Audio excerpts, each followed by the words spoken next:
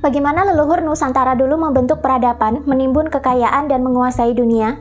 Meskipun sekarang jejak-jejak peradaban leluhur Nusantara banyak yang menghilang, sampai sulit sekali dilacak kebenarannya, tapi nyatanya banyak yang meyakini kalau peradaban Nusantara di era kerajaan Hindu-Buddha dulu adalah sebuah peradaban yang sangat besar.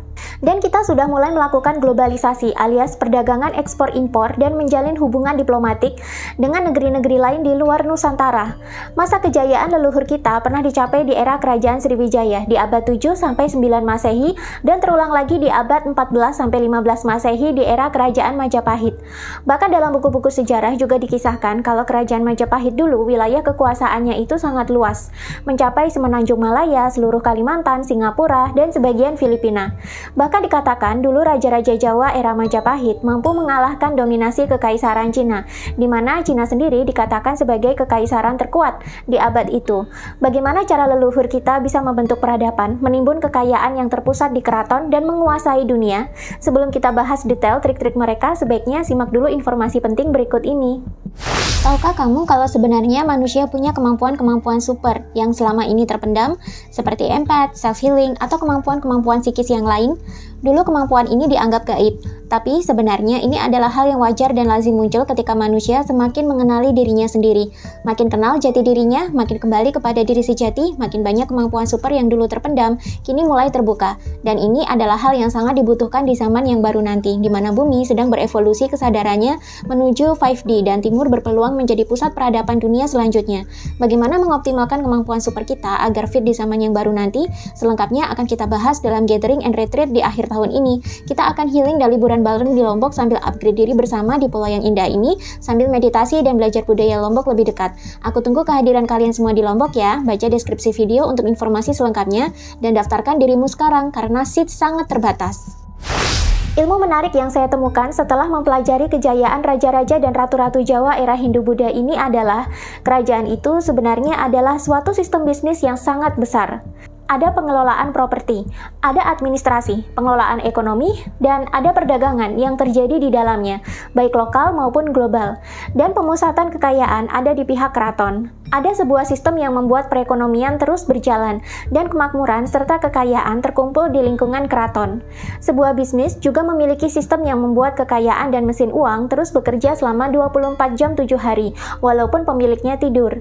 Di zaman sekarang, kita harus belajar bisnis dari nol agar bisa terbentuk kerajaan bisnis yang besar seperti milik Heri Tahno, Datok Sri Thohir, atau Khairul Tanjung. Di zaman dulu, leluhur Nusantara sudah memahami dan menguasai konsep bisnis dan perekonomian, dan mereka membuat sistem yang begitu bagus dan besar, sehingga kekuasaan dan kekayaan serta kemakmuran terpusat di lingkungan dan keturunan mereka. Sama seperti pemilik bisnis besar di zaman sekarang, aset, kemakmuran, dan kekayaan mereka terkumpul di lingkup keluarga, dan sifatnya diwariskan ke anak cucu. Pola yang serupa juga dilakukan oleh Kekaisaran Cina, Kekaisaran Jepang, Britania Raya, Belanda, Spanyol, dan masih banyak lagi. Bahkan beberapa monarki tersebut masih eksis dan terus mewarisi kemakmuran sejak era medieval. Jadi kalau kalian melihat ada sebuah imperium, kekaisaran, kerajaan, atau monarki besar di zaman dulu, sebenarnya itu adalah suatu sistem bisnis besar yang disistemkan dalam sebuah politik kekuasaan. Nah, bagaimana dulu para raja dan ratu bisa menimbun kekayaan yang begitu banyak dan diwariskan turun-temurun? Mereka membentuk peradaban. Bagaimana leluhur kita dulu membentuk peradaban sampai bisa berkembang menjadi sebuah perekonomian yang besar hingga akhirnya terbentuklah sebuah kerajaan? Beginilah cara yang mereka lakukan. 1. Membuka lahan. Semua peradaban selalu dimulai dari membuka lahan untuk kemudian disulap menjadi pemukiman dan pusat perekonomian. Biasanya calon raja di zaman dulu sebelum imperium mereka berdiri, mereka akan membuka hutan, perkebunan, atau wilayah pantai atau bantaran sungai untuk dijadikan sebagai tempat tinggal. Lahan ini lantas dibersihkan, lalu dibangun tempat tinggal dan infrastruktur, dan ia akan mengajak orang-orang lain untuk tinggal di wilayah baru tersebut. Seluruh lahan tersebut menjadi milik raja, dan siapa saja yang ingin tinggal atau berdagang di area tersebut, mereka harus membayar sewa, membayar upeti atau pajak, atau membeli langsung dari raja. Dari sini, kekayaan seorang raja sudah mulai tertimbun. Sejak dulu, bisnis properti ternyata sudah dilakukan. Dulu, siapapun yang membuka lahan untuk membangun peradaban tidak langsung disebut sebagai raja atau ratu, tapi orang Jawa menyebut mereka sebagai danyang, yakni orang suci dan pintar yang membuka lahan dan membangun peradaban manusia dari nol. 2. Mengembangkan lahan menjadi desa, lalu kota. Ketika orang sudah mulai berdatangan ke area tersebut dan sudah mulai tinggal dan berketurunan, tentulah lama-lama kegiatan ekonomi akan berkembang. Orang-orang tentu perlu membeli barang-barang kebutuhan mereka sehari-hari. Orang membutuhkan tempat untuk berdagang. Kebutuhan akan pasar mulai muncul. Di mana ada pasar, di situ terjadilah aktivitas ekonomi. Semakin subur suatu daerah, maka semakin ramai pasarnya, maka semakin banyak pula orang yang betah tinggal di area tersebut. Lama-lama lahan yang telah dibuka tersebut akan berkembang menjadi desa. Semakin lama, semakin ramai, infrastruktur bertambah, semakin banyak jumlah penduduknya, administrasinya jadi semakin kompleks, maka desa tersebut berkembang menjadi kota. Pemilik lahan ini lantas disebut sebagai raja atau pemimpin tunggal sebuah negara kota. 3. Pungut pajak atau upeti. Para pedagang di pasar dan juga penduduk yang menghuni lahan tersebut tak hanya harus membayar sewa kepada raja sebagai pemilik lahan, tapi mereka juga harus membayar upeti sebagai bentuk sumbangsi kepada raja. Upeti atau pajak inilah yang digunakan raja untuk membangun infrastruktur lebih banyak lagi, membangun sistem pertahanan dan keamanan, membayar tentara, serta membayar orang-orang yang bertugas di bidang administrasi seperti carik dan sebagainya. Semakin banyak upeti atau pajak yang dikumpulkan, maka negara jadi semakin kompleks. Dengan keuntungan hasil dari upeti atau pajak inilah, seorang raja bisa meluaskan wilayahnya dari area yang semula hanyalah desa kecil, lama-kelamaan berkembang menjadi sebuah kerajaan. 4. Bangun sistem keamanan. Untuk menjaga ketertiban dan keamanan kerajaan, tentu seorang raja perlu membangun sistem pertahanan. Karena itulah raja mulai melatih dan membiayai tentara yang ditugaskan untuk menjaga keamanan di setiap sudut kerajaan, terutama di batas-batas kerajaan. Sehingga bila suatu saat ada penyusup atau orang asing yang berniat menaklukkan kerajaan tersebut, tentara-tentara tersebut siap melindungi raja berikut wilayah kekuasaannya. Semakin besar suatu kerajaan, semakin kompleks dan besar tentara yang mereka miliki. Sebenarnya di sistem bisnis yang modern di zaman ini, konsep pebisnis membayar tentara juga tetap terjadi. Kalau kita lihat di zaman sekarang, banyak pebisnis yang memiliki beberapa bodyguard, bahkan mereka memiliki banyak satpam untuk mengamankan lahan bisnis mereka. Sebenarnya ini adalah konsep yang sudah dilakukan oleh leluhur Nusantara sejak dulu untuk mengamankan kerajaan bisnis mereka juga. Bodyguard dan juga satpam di sini adalah bentuk tentara bagi pebisnis masa kini. 5. Bangun pelabuhan. Pelabuhan mutlak diperlukan sebagai hub atau penghubung kerajaan dengan dunia luar. Dengan memiliki pelabuhan, maka sebuah kerajaan bisa melakukan perdagangan dengan wilayah-wilayah lain, bahkan dengan negeri yang sangat jauh sekalipun. Itulah kenapa kalau kalian lihat banyak sekali wilayah-wilayah kerajaan yang terletak di pesisir pantai. Karena di pesisir pantai, mereka bisa menempatkan kapal-kapal layar dan penjelajah yang difungsikan untuk berdagang dan menjalin hubungan dengan wilayah lain. Bagaimana kalau suatu kerajaan terpaksa ada di pedalaman, bukan di pinggir pantai? Kerajaan Majapahit dulu saat dibangun oleh Raden Wijaya juga berada di pedalaman Pulau Jawa. Tapi hubungan dengan Laut Utara Jawa tetap ada, menggunakan sungai. Kapal-kapal berlabuh di Surabaya yang pesisir, yang lantas melewati Sungai Berantas dan berakhir di kanal-kanal yang sudah dibangun Kerajaan Majapahit di sekitar Trowulan. Itulah kenapa kalau kita melihat ke penemuan terbaru bekas-bekas benteng Kerajaan Majapahit sekarang, akan nampak gambaran sebuah benteng kerajaan yang dikelilingi oleh kanal-kanal yang ternyata tembus ke Sungai Berantas. Dengan adanya pelabuhan, maka di sekitarnya biasanya juga tumbuh pasar atau pusat perdagangan baru. Kalau ada pasar, maka ada aktivitas ekonomi atau jual beli di situ. Seorang raja akan mendapatkan keuntungan dari upeti-upeti yang ditarik dari kapal-kapal asing yang berlabuh dan juga dari aktivitas perdagangan di sekitar pelabuhan. 6. Jalin hubungan dagang dan diplomatik dengan bangsa luar. Ketika sudah ada pelabuhan, sebuah kerajaan juga biasanya akan membangun armada maritim yang kuat. Makin besar kerajaannya, makin besar armada maritim mereka, semakin jauh daya jelajahnya, semakin luas area perdagangan yang bisa mereka lakukan, dan semakin luas pula hubungan diplomatik yang bisa mereka jalin dengan negeri-negeri lain. Ketika ada hubungan diplomatik terjalin, maka proses ekspor-impor bisa terjadi. Kapal-kapal dari Nusantara bisa membawa keluar komoditi dagang ke luar negeri. Kapal-kapal dari luar negeri pun bisa membawa komoditi dagang mereka ke sini. Itulah kenapa dalam beberapa literatur sejarah sampai ada yang mengatakan di zaman kerajaan dulu bahkan kapal-kapal orang Jawa telah mencapai kepulauan Madagaskar. 7. Satukan atau kuasai wilayah-wilayah lain yang berpotensi. Salah satu ciri kerajaan atau imperium yang besar adalah ia memiliki wilayah kekuasaan yang begitu luas. Cara untuk meluaskan wilayah kekuasaan ini pun ada banyak cara. Bisa menggunakan persuasi untuk kerjasama ekonomi, bahkan yang ekstrim bisa menggunakan perang dan penjajahan. Kalau kita tarik mundur ke sejarah-sejarah imperium dan kekaisaran kuno, mereka banyak sekali diwarnai dengan perang untuk memperluas wilayah. Zaman dulu, cara paling efektif untuk menguasai suatu wilayah yang potensial adalah dengan perang dan penjajahan. Dan ini berlaku sampai era kerajaan Inggris dan kerajaan Belanda. Bahkan sampai sekarang juga, walaupun kedoknya adalah terorisme. Lalu bagaimana dengan kerajaan Majapahit? Kerajaan Majapahit juga sama. Ada sejarahnya yang diwarnai dengan perang. Setidaknya ketika Majapahit hendak menginvasi Bali, terjadilah serangan atau perang untuk menguasai pulau tersebut di bawah pimpinan Patih Gajah Mada. Namun lucunya, rakyat Bali justru bersimpati kepada Majapahit, karena saat itu Raja Bali sendiri sudah zalim dan korup. Ada pendapat lain yang mengatakan Majapahit dulu tidak benar-benar menyatukan wilayah lain di luar Jawa. Namun, mereka hanya melakukan kerjasama bisnis dengan wilayah lain. Bentuk kerjasamanya adalah wilayah yang disatukan ini tetap mendapatkan perlindungan militer dari Majapahit untuk membendung gangguan dari kekaisaran Cina atau Mongol.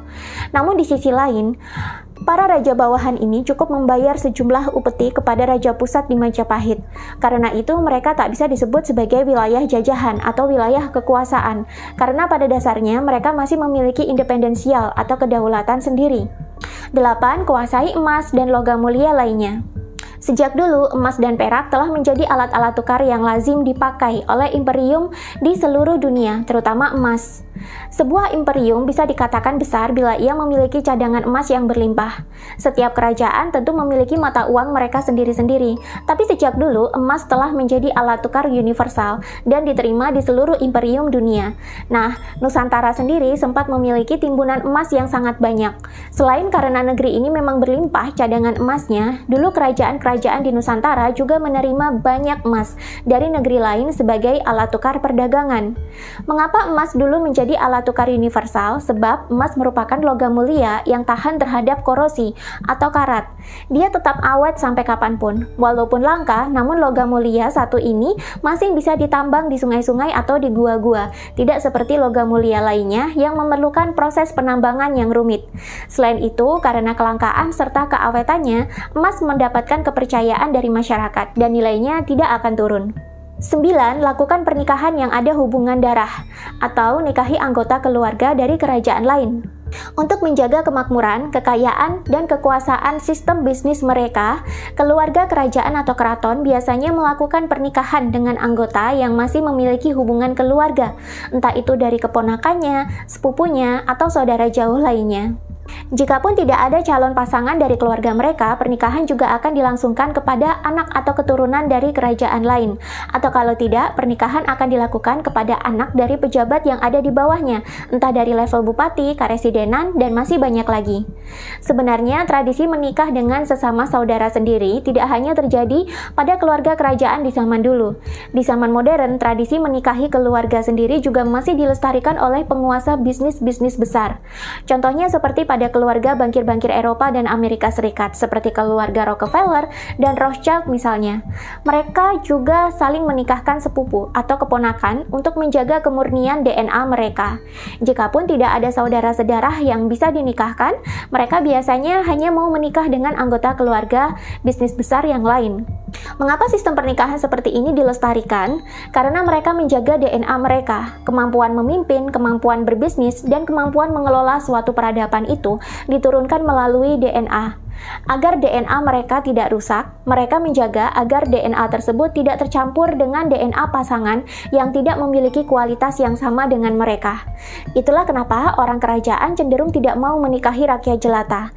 Sesama keluarga pebisnis biasanya tidak mau menikahi orang biasa-biasa, karena mereka menjaga kualitas DNA mereka. Ketika DNA mereka terjaga, maka kerajaan bisnis mereka bisa awet hingga beberapa generasi kemudian. 10. Suksesi kekuasaan kepada anak atau sistem dinasti. Salah satu hal yang membuat sebuah imperium atau kerajaan itu bisa bertahan hingga ratusan tahun lamanya adalah karena sistem dinasti. Kekuasaan seorang raja atau ratu biasanya akan diturunkan kepada anak kandungnya. Kenapa harus anak kandung? Ini kembali lagi karena faktor DNA. Anak kandung menyimpan DNA yang sama dengan orang tuanya, sehingga ia mampu meneruskan pekerjaan orang tuanya dan mengelola dan mengembangkan kerajaan. Ilmu pengetahuan, bakat, dan kemampuan orang tua itu tersimpan semua dalam DNA, dan ini diturunkan langsung ke anak cucu mereka. Inilah yang membuat kenapa sebuah imperium bisa maju dan bertahan selama ratusan tahun. Jika kepemimpinan diserahkan kepada orang lain yang bukan keluarga kerajaan, maka sebuah imperium rawan mengalami berkali-kali perubahan kebijakan. Bahkan bisa jadi terjadi perubahan kebijakan yang kontra dengan pemimpin sebelumnya, sehingga kemajuan suatu imperium menjadi stagnan. Bahkan bisa jadi mengalami kemunduran kalau pemimpinnya tidak cakap. Sebenarnya, proses mewariskan kekuasaan kepada keturunan ini tidak hanya terjadi di lingkup kerajaan, tapi juga terjadi dalam sebuah bisnis besar. Seorang pebisnis besar biasanya akan mewariskan bisnisnya kepada anak kandungnya, dan ia juga meletakkan anak-anak kandung lain beserta saudara-saudara dekatnya di posisi-posisi atau jabatan strategis lainnya di bisnis, agar bisnis mereka tetap terjaga kemajuan serta perkembangannya. Dan pemilik bisnis tidak perlu repot-repot mendidik orang luar untuk mengembangkan bisnis mereka dari awal, karena jauh lebih mudah mengajari orang dengan DNA yang sama dibandingkan mengajari orang dengan DNA yang berbeda. Apalagi jika orang tersebut bukan berasal dari DNA seorang pebisnis. Dengan mengetahui rahasia ini, kita akhirnya bisa memetakan kenapa sih di zaman dulu seorang raja berhasil membangun peradaban dan menjadi begitu kaya raya. Karena pada dasarnya sebuah kerajaan atau imperium adalah sebuah sistem bisnis yang besar, yang mana di dalamnya terdapat sistem properti, sistem keamanan dan pertahanan, sistem perekonomian atau perdagangan, dan sistem administrasi yang sudah tertata dan menjadi mesin uang selama 24 jam 7 hari bagi keluarga kerajaan atau keraton. Pola serupa juga digunakan oleh imperium-imperium besar lain di seluruh dunia. Itulah kenapa kalau kita lihat sekarang di Eropa masih ada beberapa imperium yang berdiri atau monarki, dan mereka juga mewarisi kekayaan yang sangat besar yang berasal dari pembangunan leluhur mereka berabad-abad silam. Walaupun sekarang sudah mulai muncul istilah monarki konstitusi, di mana sebuah monarki biasanya dipimpin oleh Perdana Menteri yang dipilih oleh Senat atau rakyat langsung, tetap saja Perdana Menteri ini bekerja untuk mengelola negara agar keuntungan dan kekayaan tetap tersimpan di sekitar lingkup istana atau kerajaan. Dulu sebuah peradaban dibangun dengan sistem kerajaan atau imperium. Ketika elit-elit bankir bermunculan di abad ke-18, ketika Illuminati tercipta, sistem monarki atau imperium seperti ini mulai banyak runtuh karena revolusi dan digantikan dengan sistem demokrasi atau republik, yang mana presidennya bisa dipilih oleh rakyat setiap beberapa tahun sekali. Demikian juga dengan negara-negara eks-kerajaan di Asia dan di Afrika. Ketika dulu mereka berjaya dengan sistem monarkinya, setelah era penjajahan atau imperialisme Eropa berakhir, dengan berakhirnya Perang Dunia Kedua, negara-negara ini akhirnya berbentuk republik atau demokrasi yang pemimpinnya dipilih oleh rakyat atau senat langsung. Apakah sistem republik atau demokrasi ini efektif? Mungkin efektif bagi negara yang sistem pendidikannya sudah mapan dan rakyatnya banyak yang teredukasi. Tapi bagi negara eks penjajahan dan perang, sistem demokrasi bisa menjadi celah besar bagi elit bankir Illuminati untuk mengontrol negara tersebut, sehingga mereka bisa menjajah dengan gaya baru yang lebih modern. Indonesia sendiri merupakan salah satu negeri bekas jajahan yang disukai atau tidak ikut masuk ke dalam sistem penjajahan gaya baru ala elit bankir Illuminati ini. Bagaimana ini bisa terjadi? Sistem penjajahan gaya baru apakah yang mereka lakukan pada Indonesia? Lebih jauh, apakah kita bisa lepas dari sistem penjajahan gaya baru ini dan membangun peradaban sendiri yang benar-benar berdaulat? Tentu saja bisa. Selengkapnya akan saya bahas dalam event gathering dan retreat akhir tahun di Pulau Lombok. Ini adalah event berkumpul, healing, dan liburan bersama untuk menyatukan energi dan mempersiapkan diri menyambut peradaban Nusantara yang baru. Sudah siapkah Anda menjadi bagian dari tatanan dunia yang baru dan Nusantara yang akan menjadi pusat peradaban selanjutnya? Saya tunggu kehadiran kalian di Pulau Lombok di akhir tahun ini. Cek deskripsi video untuk informasi selengkapnya dan daftarkan diri Anda sekarang karena akomodasi sangat terbatas. Tahukah kamu kalau sebenarnya manusia punya kemampuan-kemampuan super yang selama ini terpendam, seperti empath, self-healing, atau kemampuan-kemampuan psikis yang lain? Dulu kemampuan ini dianggap gaib, tapi sebenarnya ini adalah hal yang wajar dan lazim muncul ketika manusia semakin mengenali dirinya sendiri. Makin kenal jati dirinya, makin kembali kepada diri sejati, makin banyak kemampuan super yang dulu terpendam, kini mulai terbuka. Dan ini adalah hal yang sangat dibutuhkan di zaman yang baru nanti, di mana bumi sedang berevolusi kesadarannya menuju 5D dan Timur berpeluang menjadi pusat peradaban dunia selanjutnya. Bagaimana mengoptimalkan kemampuan super kita agar fit di zaman yang baru nanti? Selengkapnya akan kita bahas dalam Gathering and Retreat di akhir tahun ini. Kita akan healing dan liburan bareng di Lombok sambil upgrade diri bersama di pulau yang indah ini, sambil meditasi dan belajar budaya Lombok lebih dekat. Aku tunggu kehadiran kalian semua di Lombok ya. Baca deskripsi video untuk informasi selengkapnya dan daftarkan dirimu sekarang karena seat sangat terbatas.